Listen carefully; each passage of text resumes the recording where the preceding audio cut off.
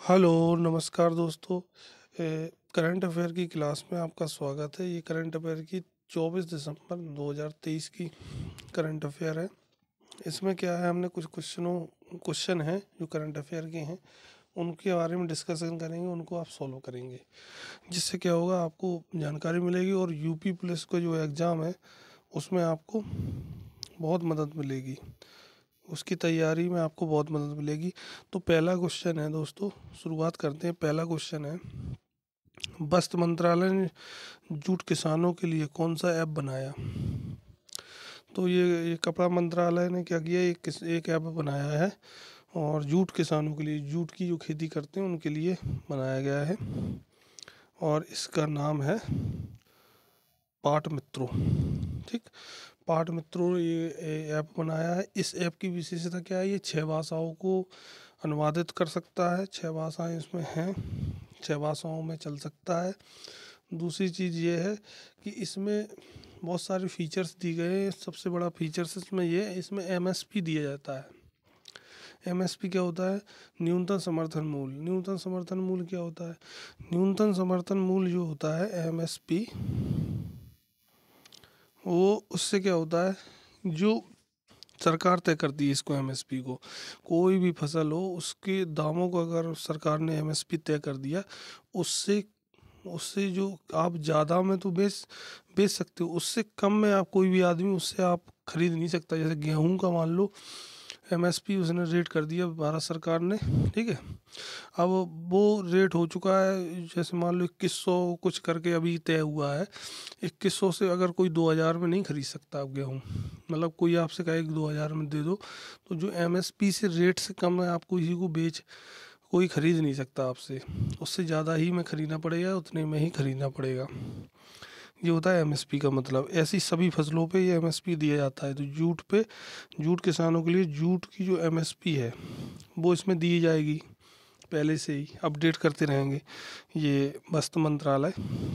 तो इसलिए ये बहुत ही इम्पोर्टेंट ऐप है और ये क्वेश्चन भी बहुत इम्पोर्टेंट है, ठीक है, यूपी पुलिस और अदर एग्जामों के लिए। चलिए आगे बढ़ते हैं। सेंट्रल रेलवे के महाप्रबंधक कौन है? सेंट्रल रेलवे के महाप्रबंधक रामकरण यादव हैं, ठीक। और ये ओम प्रकाश द्विवेदी कौन है? ओम प्रकाश द्विवेदी हैं जो दक्षिणी रेलवे के हैं। कहाँ के हैं? दक्षिणी रेलवे। ये है मध्य रेलवे, ठीक है, मध्य रेलवे के महाप्रबंधक। और ये जो अनिल कुमार मिश्रा हैं, ये पूर्वी रेलवे के हैं। ये पूर्वी रेलवे के महाप्रबंधक हैं। ये तीनों महाप्रबंधक, आपको 3 रेलवे अपने यहाँ बटे हुए हैं, पूर्वी, दक्षिणी और मध्य, ठीक। तीनों के महाप्रबंधक हैं। अब सवाल आता है कि ये महाप्रबंधक का सवाल यहाँ पे क्यों आया? क्योंकि ये करण यादव हैं अभी सेंट्रल रेलवे के महाप्रबंधक। उन्होंने क्या किया है, इन्होंने 117 रेलवे स्टेशनों पर क्या किया है, स्टेशनों पर इन्होंने क्या किया है, 117 रेलवे स्टेशनों पर पैनल स्विच लगवाया है। पैनल स्विच लगवाया है। ये पैनल स्विच क्या है? पैनल स्विच ये है कि ये रेलवे स्टेशनों पर ज़्यादातर लूटमार, जहर खुराना और ये सीना झपटी और ये सब चीज़ें होती हैं।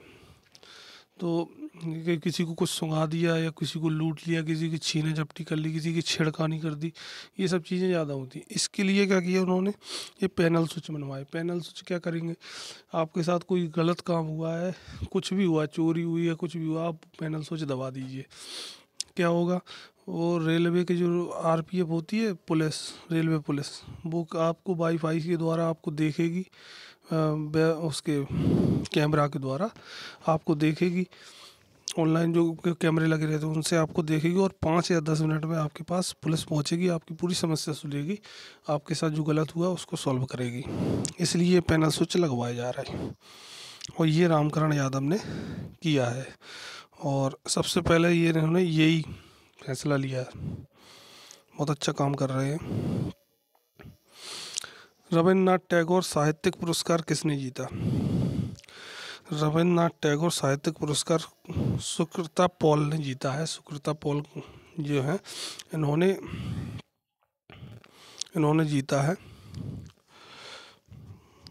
और ये शोभना कुमार, संजय के राय और सुदीप सिंह, ये तीनों लोगों ने 2021 2022 में ये पुरस्कार जीता था। रविन्द्रनाथ टैगोर साहित्यिक पुरस्कार इन लोगों ने जीता था। सुकृता पॉल ने एक पुस्तक लिखी है, बहुत ही अच्छी पुस्तक है वो। तो इन्होंने जो पुस्तक लिखी है उसका नाम है सॉल्ट एंड पेपर। कौन सी है पुस्तक? Salt and paper.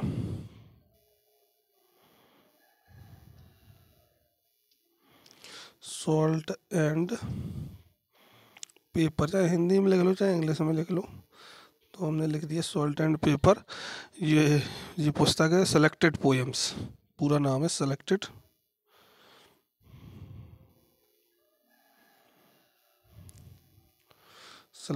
पोएम,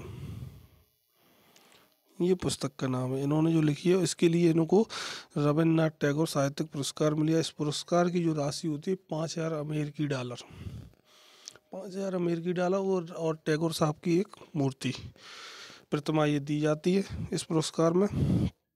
ये पुरस्कार साहित्य में जो लोग होते हैं, जो अच्छी पुस्तकें लिखते हैं और अच्छा योगदान देते हैं साहित्य को, उनके लिए उनको ये दिया जाता है। और इसमें $5000 अमेरिकी डॉलर यानी कि करीबन 4 लाख रुपए दिए जाते हैं।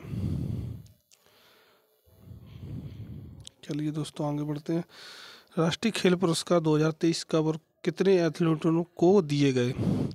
तो राष्ट्रीय खेल पुरस्कार हैं ये 9 जनवरी और 26 एथलीटों को दिए जाएंगे। कहाँ दिए जाएंगे? राष्ट्रपति भवन में। राष्ट्रपति भवन में सुबह 11 बजे ये पुरस्कार बांटे जाएंगे, ऐसी घोषणा की गई है। अब राष्ट्रीय खेल पुरस्कार के बारे में जान लो, कौन कौन से पुरस्कार होते हैं। सबसे बड़ा राष्ट्रीय खेल पुरस्कार होता है मेजर ध्यानचंद राष्ट्रीय खेल पुरस्कार। मेजर ध्यानचंद राष्ट्रीय खेल पुरस्कार का पहले नाम जो था राजीव गांधी खेल रत्न पुरस्कार था। इसे बदलकर मेजर ध्यानचंद खेल रत्न पुरस्कार बन गया। ये 4 साल में दिए जाते हैं। कौन से? मेजर ध्यानचंद वाले किसमें? 4 साल में दिए जाते हैं। इसके बाद कौन सा है? अर्जुन पुरस्कार। अर्जुन पुरस्कार किसको दिए जाते हैं? एथलीटों को दिए जाते हैं, और जो विशिष्ट प्रदर्शन करते हैं खेल में उनको दिए जाते हैं। ये भी 4 साल में दिए जाते हैं, 4 साल में एक बार दिए जाते हैं। अच्छा, अर्जुन पुरस्कार के बाद आता है द्रोणाचार्य पुरस्कार। द्रोणाचार्य पुरस्कार भी आपके ये आजीवन के लिए दिए जाते हैं, और ये भी करीबन दिए जाते हैं आपको 4 साल, 2 साल, 1 साल, जैसे खेल हो उस हिसाब से दिए जाते हैं द्रोणाचार्य पुरस्कार। और एक लाइफ टाइम अचीवमेंट अवार्ड होता है, उसमें भी दिए जाते हैं। फिलहाल आप ये समझ लो आपके पूछा कौन सा जाएगा। ये 3-4 पुरस्कार होते हैं, ठीक है। और इसमें से सबसे महत्वपूर्ण है अर्जुन पुरस्कार।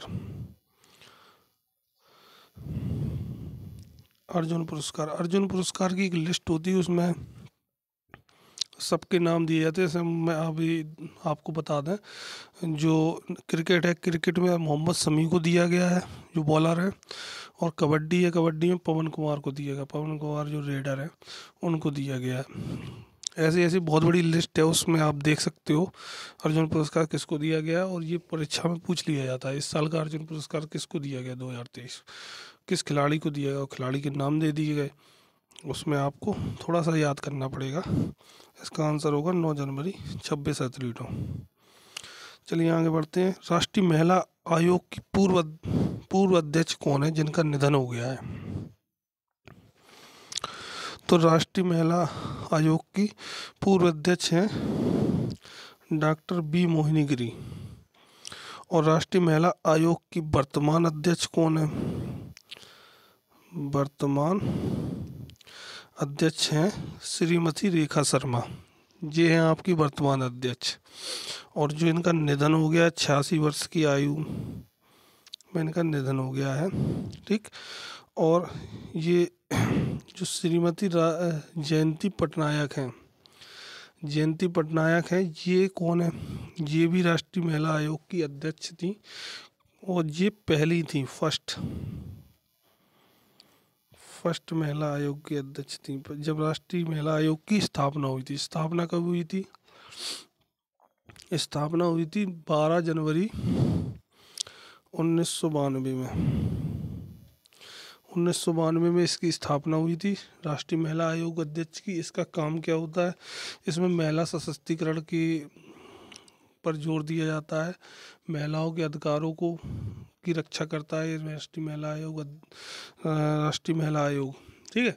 तो ये सब काम होते हैं इसके, महिलाओं के बारे में, महिलाओं को जागरूक करना, उनके अधिकारों को बताना, उनके नियमों को बताना, ठीक है। ये सब चीज़ें होती हैं। वो किसी महिलाओं को जागरूक करना, किसी महिलाओं को कोई दबा के तो नहीं रखता है, इस टाइप की चीज़ें होती हैं इसमें, महिलाओं पर जोर दिया जाता है, ठीक। तो आपने समझ लिया, आगे बढ़ते हैं। राष्ट्रीय किसान दिवस 2023 कब मनाया गया? ये मनाया गया आपका 23 दिसंबर 2023 को मनाया गया है, ठीक। अब इसमें राष्ट्रीय किसान दिवस जो है, जो चौधरी चरण सिंह हैं, जो प्रधानमंत्री थे, भारत के 5वें प्रधानमंत्री थे, उनकी जो जयंती थी, जन्मतिथि थी, उसके उपलक्ष्य में ये मनाया जाता है, ठीक। उसके उपलक्ष्य में मनाया जाता है क्योंकि उन्होंने किसानों के लिए बहुत काम किया था और वो किसान परिवार से ही थे।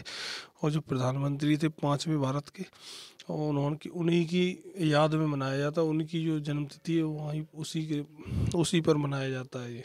उन्होंने किसानों के लिए बहुत काम किया था, किसानों को उभारा था उस समय किसानों की योजना बनाई थी, किसानों के लिए बहुत सारे काम किए थे, इसलिए ये मनाया जाता है। और अब उनको याद किया जाता है पहली बात, और अब किसानों को जागरूक किया जाता है, किसानों को अधिकार बताए जाते हैं, किसान की सुविधाओं के बारे में बताया जाता है कि कौन कौन सी योजनाएं सरकार ला रही है। इस वजह से ये राष्ट्रीय किसान आंदोलन के कई कार्यक्रम चलते हैं अपने देश में इस दिन। चलिए आगे बढ़ते हैं। राष्ट्रीय विकास मंत्रालय ने स्वयं सहायता समूह के उत्पाद के लिए किसके साथ समझौता किया है? तो ये जान लो आप।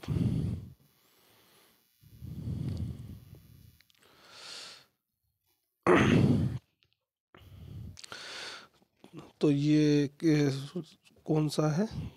ग्रामीण विकास मंत्रालय ने जियो मार्ट के लिए, जियो मार्ट जो होता है जियो कंपनी का है, जियो कंपनी का जो एक ई कॉमर्स मार्केट है, ई मार्केट मतलब कह सकते हैं जो ऑनलाइन मार्केट है जियो मार्ट, उस पे जियो का जो ऐप है उसी में आपको मिल जाएगा जियो मार्ट।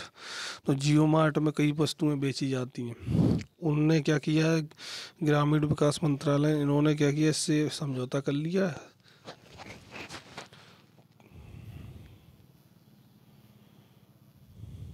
समझौता कर लिया, किस लिए कर लिया समझौता इसलिए कर लिया क्योंकि ये अपना उत्पाद जो बना रहे हैं उसको इसमें बेच सकें, ठीक। स्वयं सहायता समूह उत्पाद, जो भी उत्पाद है उनके, वो उसमें जियो मार्ट के जरिए ऑनलाइन बेच सकें, ज़्यादा से ज़्यादा लोगों पर पहुंचा सकें ये उत्पाद, इसलिए ये समझौता हुआ है।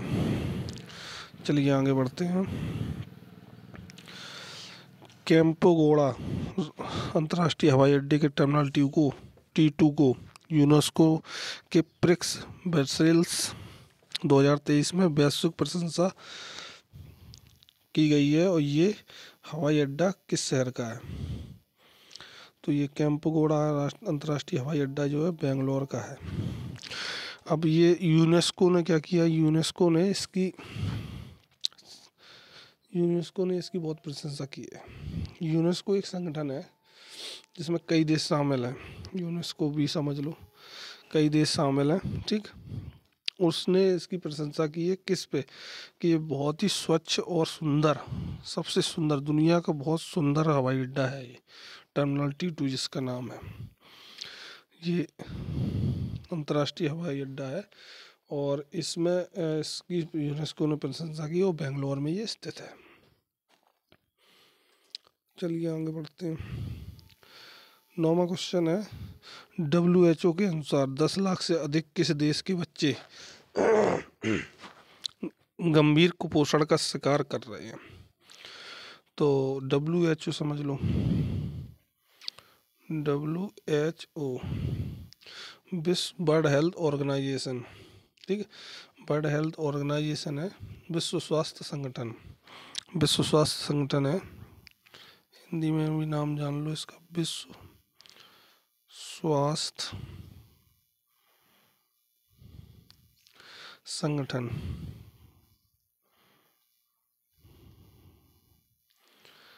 ये क्या है?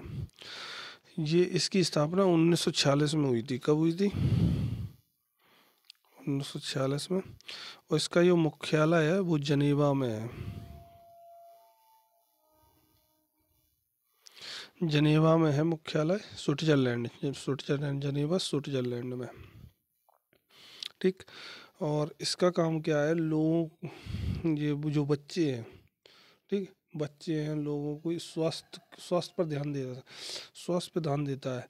अच्छा, इसका नाम ही विश्व स्वास्थ्य संगठन, विश्व में ही फैला है, पूरे विश्व में। इसके 192 देश इसके सदस्य हैं। भारत कब बना इसका सदस्य? भारत बना है 1948 में। 1948 में आज़ादी के बाद तुरंत बाद इसका सदस्य बन गया था, क्योंकि भारत में भी ये कुपोषण और ये सब चीज़ों के मामला था। अब ये जो है, ये किस देश में हो रहा है? ये 10 लाख से अधिक बच्चे, 10 लाख से अधिक बच्चे जो कुपोषण के बीमारी से परेशान है, वो है अफ़गानिस्तान, ठीक है। अफ़गानिस्तान में, ये अफ़गानिस्तान की सरकार को ये WHO ने कहा है कि आप कम से कम 150 मिलियन अमेरिकी डॉलर की व्यवस्था कीजिए और ये चीज़ हटाइए, क्योंकि अगर बच्चे 10 लाख से अधिक बीमार हैं तो ये आपका देश खतरे में है, ठीक, बहुत ज़्यादा संख्या है ये। तो अफ़गानिस्तान को ये हिदायत दी गई है, WHO ने दी है। 10वां क्वेश्चन है, किस भारतीय खिलाड़ी ने भारतीय कुश्ती महासंघ के हालिया नेतृत्व परिवर्तन के विरोध में अपनी सेवानिवृत्ति की घोषणा की? तो ये जो हैं, जो खिलाड़ी हैं, वो साक्षी मलिक हैं, साक्षी मलिक हैं। इन्होंने क्या किया, बड़ी निराश होकर, बहुत ही निराश होकर, पहली बार कोई खिलाड़ी है जो निराश होकर वो रिटायरमेंट ले रहा है, इस्तीफा दिया इन्होंने और रिटायरमेंट की घोषणा की।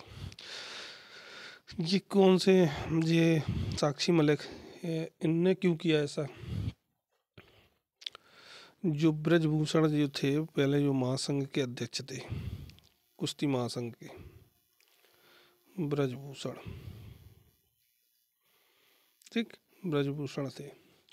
अब जी ब्रजभूषण ने क्या किया, यौन शोषण का आरोप लगा था इन पे, छेड़खानी का आरोप लगाया था। किसने? कुश्ती के जो महिला खिलाड़ी हैं उन्होंने। तो इनको हटा दिया, भारत सरकार ने इनको हटा दिया। फिर उनके करीबी संजय सिंह जो नेता हैं, उनको बना दिया गया महासंघ के अध्यक्ष, इनको बना दिया। इनका चुनाव हुआ, इनके इस चुनाव का भी विरोध किया साक्षी मलिक ने, नहीं, विनेश फोगाट, ये सब खिलाड़ियों ने बहुत किया, इसका विरोध किया। और इसके विरोध करते हुए इन्होंने अपना इस्तीफा दे दिया, सेवानिवृत्ति की घोषणा की थी कि ये बनेंगे तो हम नहीं खेलेंगे, तो हम ये कुश्ती वाला खेल नहीं खेलेंगे, ठीक। अगर ये संजय सिंह बनेंगे तो संजय सिंह को भारत सरकार ने बना दिया, वो बना दिया तो इन्होंने अपना इस्तीफा दे दिया। तो ये कहानी है। तो आपको ये याद रखना, कुश्ती महासंघ के जो अध्यक्ष हैं वो संजय सिंह हैं और साक्षी मल्हर ने अपनी जो इस्तीफा दिया 80 मिनट तक। ठीक है, चलिए दोस्तों, तो ये कुछ क्वेश्चन 10 क्वेश्चन थे और रोज़ आपको 10 क्वेश्चन हम देंगे और बहुत ही अच्छे क्वेश्चन हैं। यूपी पुलिस के एग्ज़ाम के लिए, एसएससी जीडी के एग्ज़ाम के लिए ये बहुत ही अच्छे क्वेश्चन हैं। और दोस्तों इनको आप नोट कीजिए और लगाइए ऐसी रोज़। ये करंट अफेयर के क्वेश्चन हैं आपके 24 दिसंबर के। 25 दिसंबर आज है, तो आज के भी आपको शाम तक हमको क्वेश्चन मिल जाएंगे। तो रोज़ एक वीडियो आपको मिलता रहेगा। चैनल को सब्सक्राइब कीजिए, वीडियो को लाइक कीजिए। देखने के लिए धन्यवाद।